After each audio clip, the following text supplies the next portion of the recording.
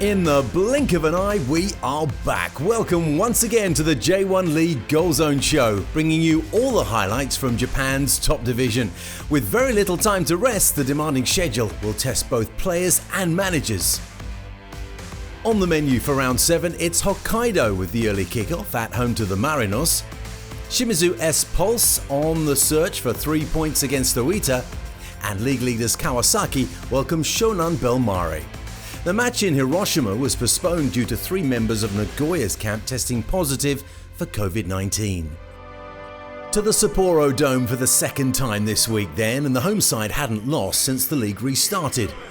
The visiting Marinos picked up a much-needed win in midweek, but continued to struggle for form and have plenty to do in order to catch up with the pace-setters. Shazad Haq with your commentary.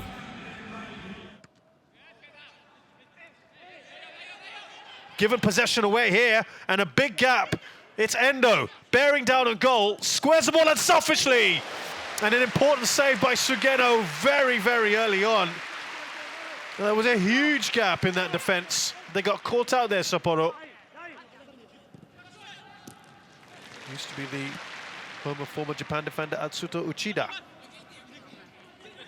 who I'm sure will give him a few little tidbits. The shot's taken in! Brilliantly done! Squeeze into the bottom corner. Yokohama have the lead. And the man who had the opportunity earlier on, Jun Amano, makes no mistake. The ball over the top, just behind the defence. Mizuruwa played it back to Amano.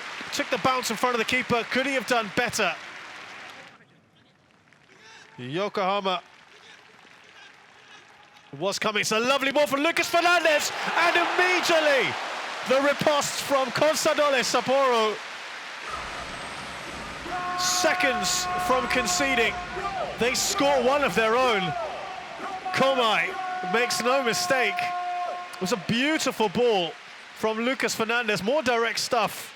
Lovely reverse pass here. Oh, big mistake. Hatanaka, clever from Chanatip. The keeper's really come off his line there. And he's made the mistake. Arano back in the side today. It's 2-1. Well, his sending off arguably caused big problems the other day for Sapporo. But this game is really just taken a rather crazy bent, hasn't it, the last couple of minutes? And Kajikawa was trying to close the angle down. He got a touch onto it. Did he need to do all that? Sapporo. Oh, and that's a mistake. Could this be leading to goal number 3 for Junaman? Sorry for... Well, all that matters is that it is Sapporo who score. Kaneko slots in. It looked like it was going to be Arano. Unselfish from him. Speculative ball in. That's really poor defending from Ito.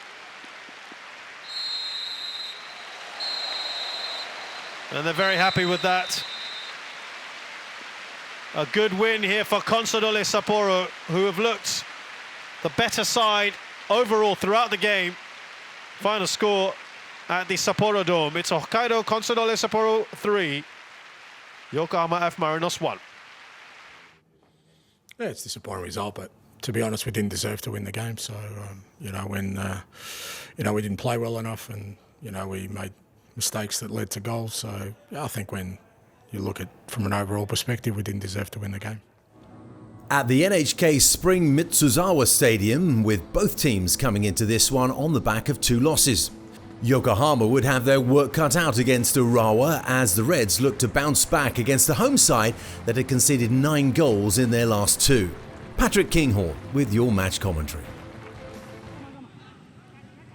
Here is Saito, the diminutive man down the left-hand side. Lovely turn inside, shots in, very nearly.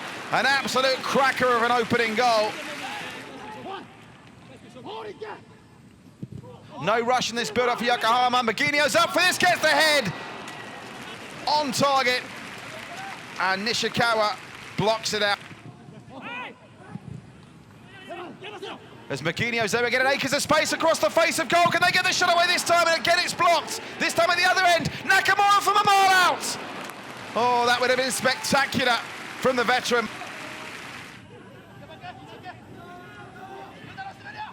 He could take the lead down, Leonardo opens the scoring with his third goal of the season. And last season's top shot in J2 is this season's top shot after 7 rounds for the Red Diamonds. And just as Yokohama were threatening at one end, the Red Diamonds have cut Yokohama open at the other.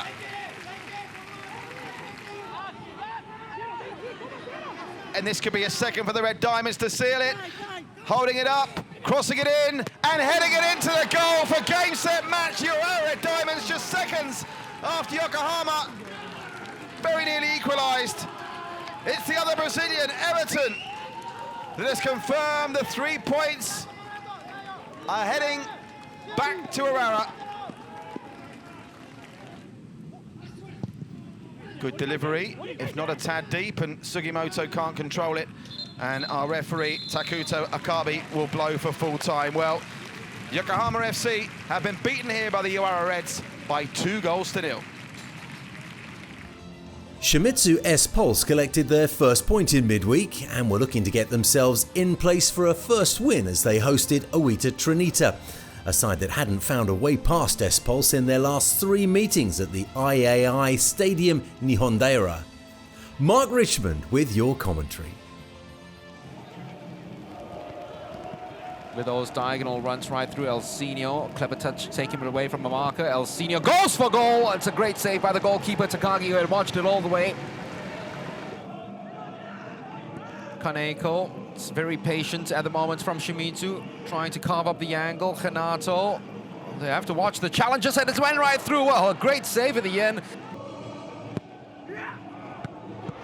Goes after this, and it's headed in by Hwang Seok-ho for the opening goal of the game. Well. Hwang Seok-ho was put in to supply crosses from left full back and not stop goals from centre back as he usually does. Nishizawa with the third corner of the second half. Carlinhos, 2-0, Shimizu. First time this season they've scored more than 1 in a game.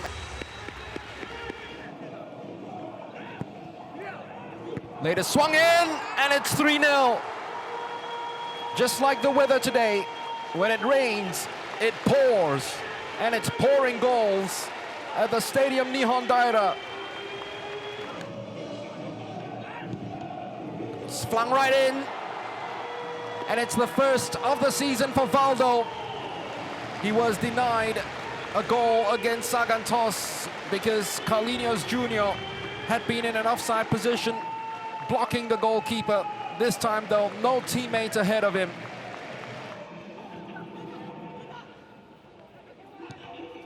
It's onside. Kei Chinen with an opportunity to score his first of the season, and he does. And still, Shimizu cannot keep a clean sheet. The defense just went missing, way too flat. They bomb forward, trying to catch them offside, which they've done superbly well throughout the day.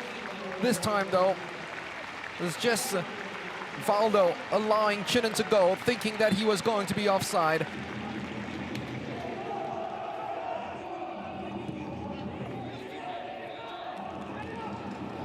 What's happened to Shimizu's defense right now? They've given way once again. Chinen! 4-2. Oh my word, unbelievable. It's a super sub again, Yuya Takazawa, who made that 15-minute cameo and scored against Sanfrecce Hiroshima. And the Shimizu defense has just fallen asleep in the last 3 minutes. Tirasin doesn't win the corner. Doesn't need the corner. The pulses are racing again in Shizuoka as Shimizu S-Pulse gain their first victory of 2020 in the J-League and their first victory under Peter Klimowski. And the final score here from the IAI Nihondaira Stadium. Shimizu S-Pulse 4, Oita Trinita 2. Again, it was a very good team performance, which we focus on. And I'm really proud of the players for their effort, their commitment, their belief, and they get the rewards for a lot of hard work that they've done this year. Let's check in at the Kashima Soccer Stadium. Visiting FC Tokyo were unbeaten in their last 4 away matches The Antlers lost again in midweek and were without Ayase Ueda, who had an ankle injury. In the early moments of this one, Kensuke Nagai had a chance to test the goalkeeper. Shuto Abe perhaps should have done better with the rebound. Another chance for Tokyo on the half-hour mark. Masato Morishige with the free kick, 30 yards out, and that flight was difficult for the goalkeeper to gather. Against the run of play, Kashima Antlers broke away. Rikuto Hirose with a deep cross, Everaldo rising high, and that's 1-0 to the home team. From the corner and a big battle above the ground in the 6-yard box, Koki Machida wins the header, but it comes back off the crossbar. Watch the white shirt, number 4, Tsuyoshi Watanabe makes a run to the near post and once again gets up above everyone else. That's the equaliser. And there was still time in the first half for Tokyo to take a lead. Heading corners in seems to be the order of the day. Morishige puts Tokyo 2-1 up at the half. With the rain falling in the early moments of the second half, Yasushi Endo had a chance that looked as if it was going in at the far post, but just the wrong side of the upright. Endo would get his sights set nicely with 15 minutes left in the game, playing that ball into the box for Shoma, who very skillfully volleys that one home with his left foot.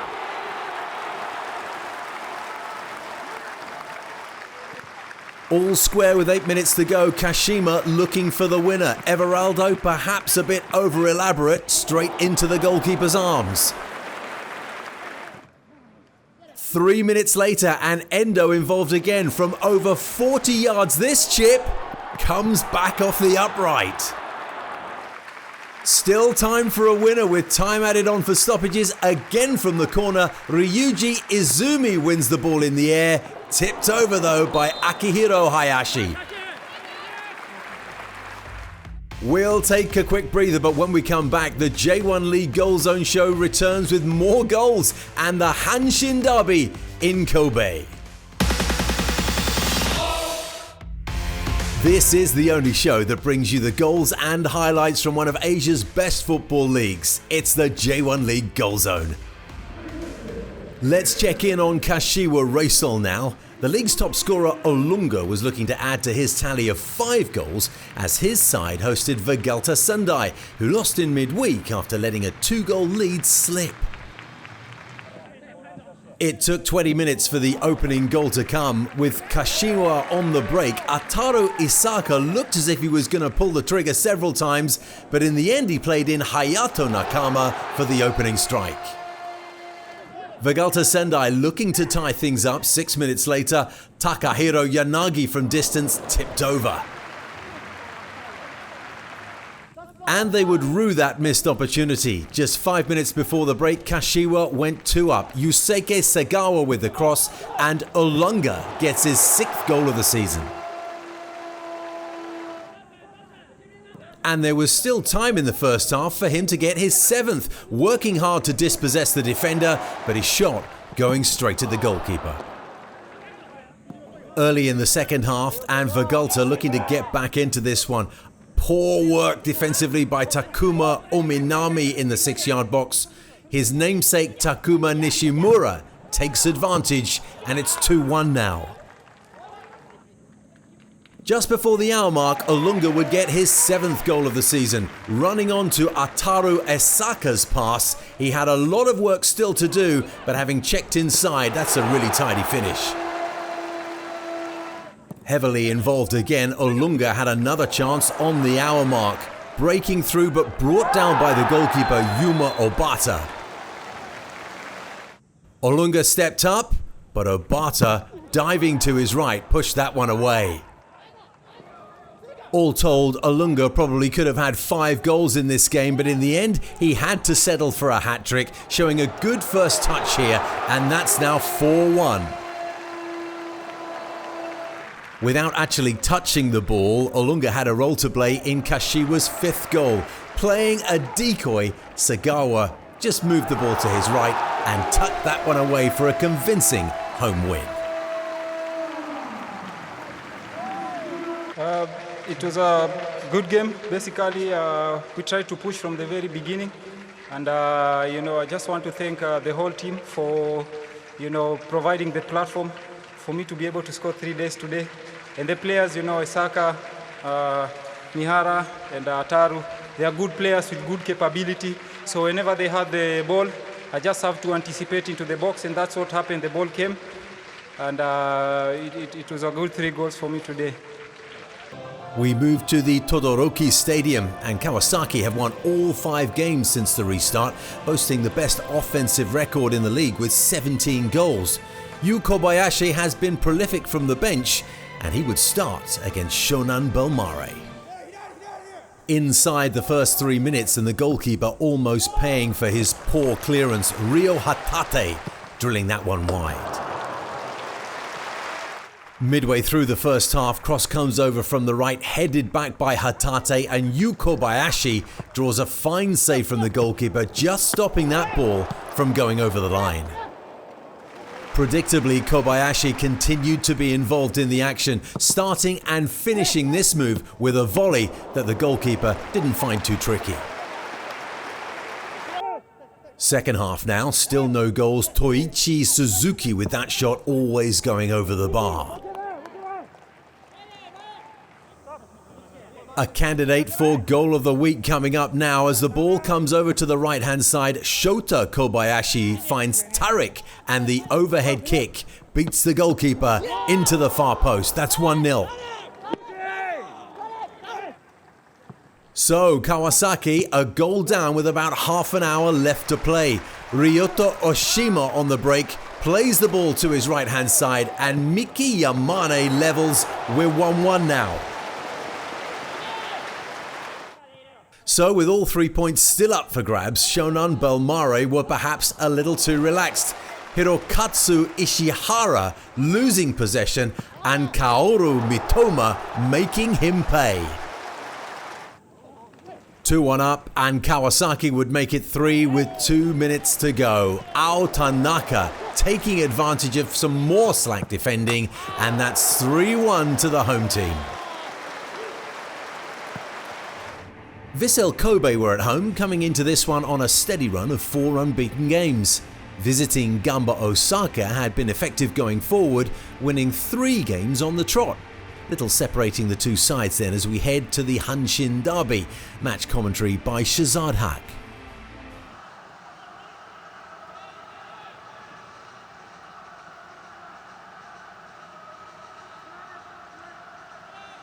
Little ooh from the crowd, but not much to get too excited about. Usami with one of the big goal threats.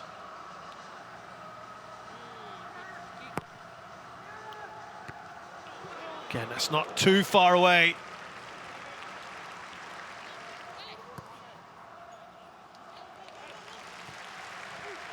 Now Andres Iniesta's going for goal, trying to chip the keeper. Well, he is the kind of player who can do that.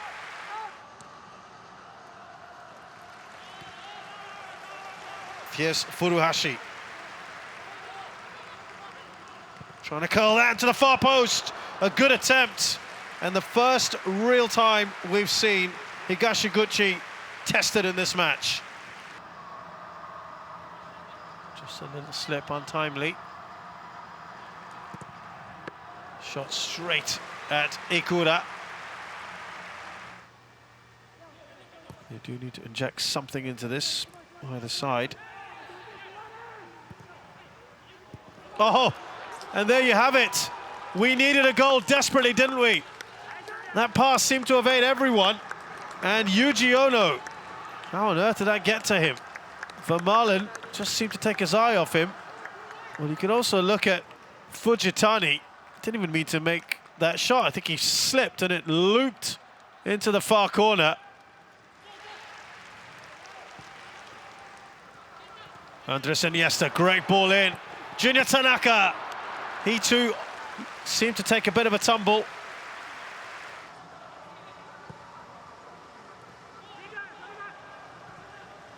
Oh, lovely ball through. And a superb save from the goalkeeper, Higashiguchi, to deny the informed Furuhashi. But a couple of chances in the last few minutes for Vissel Kobe.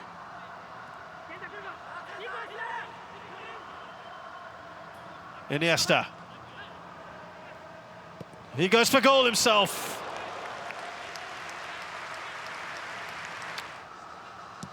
Osaki, good work from him. Up to Furuhashi.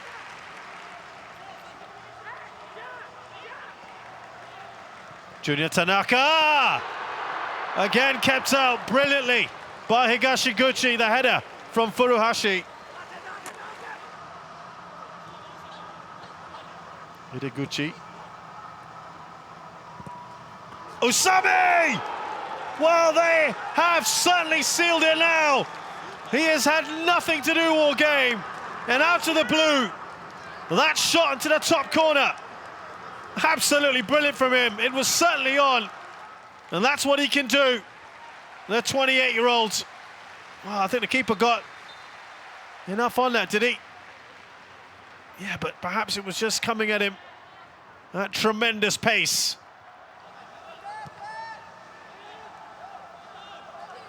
Patrick trying to make a nuisance of himself with Osaki. Patrick! And well covered by Ikura.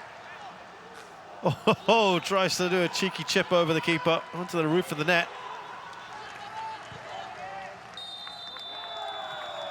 And it's 4 wins on the trot for Gamba Osaka. And the full-time score here at the Novair Stadium, it's Vissel Kobe 0, Gamba Osaka 2. Let's head south now. A winless Sagan Tosu faced a Cerezo Osaka outfit that had one of the best defences in the league so far. Another dependable display should see the visitors come away with all 3 points. Midway through the first half, and Sagan Tosu must have thought they'd got the first goal of the game, but a fine save from Kim Jin-hyun and then on the line Riku Matsuda keeps the scores level. Just before the half-hour mark, and the ball played in from the right-hand side finds Yoichiro Kakitani in plenty of space, but he took too long to make up his mind, and this one fizzled out. Still no goals. And we would remain goalless in the first half, despite this effort from distance by Tomoya Koyamatsu. The first goal would come 6 minutes into the second half. Harakawa looking up, but his cross missed his intended recipient. Koyamatsu picks it up, lays it off to Kaisei Ishii, and that's 1-0 to the home team. Cerezo would find their equaliser 15 minutes from time. Nice back heel from Koji Suzuki, and Tatsuhiro Sakamoto fires one home from the edge of the box with his left foot. Sagan Tosu looking for the winner with 10 minutes left. Yuta Higuchi firing a shot from distance, but Cerezo's Yasuki Kimoto getting a vital deflection. Still looking for the winner, 4 minutes into time added on for stoppages. Chaos in the 6-yard box. Teruki Hara fires in a powerful shot from close range, but Matsuda puts his body on the line, and the teams come away with 1 point each. And so, a big win for Consadole Sapporo at home over the reigning champions. The Reds bouncing back with a 2-0 away win over Yokohama, and the S-Pulse recording their first win of the campaign over Owita. Kashima with a resounding 5-1 win over Sendai. Kawasaki were untroubled, putting 3 past Shonan, while Sagan Tosu eked out a draw at home to Cerezo. No change at the top then. League leaders Kawasaki staying in the number 1 spot with 19 points after their 6th straight win. Gamba Osaka taking second after Nagoya's match postponement, with 3 teams behind them on 14 points. Another loss for the Marinos meant they remain in the bottom half of the table in 11th. 4 teams on 4 points, very much at the wrong end of the table, with Sagan Tosu the only team without a win yet in the league. That's all we have for you on this edition of the J1 League Goal Zone Show. My name's Steve Dawson, and we'll see you next time.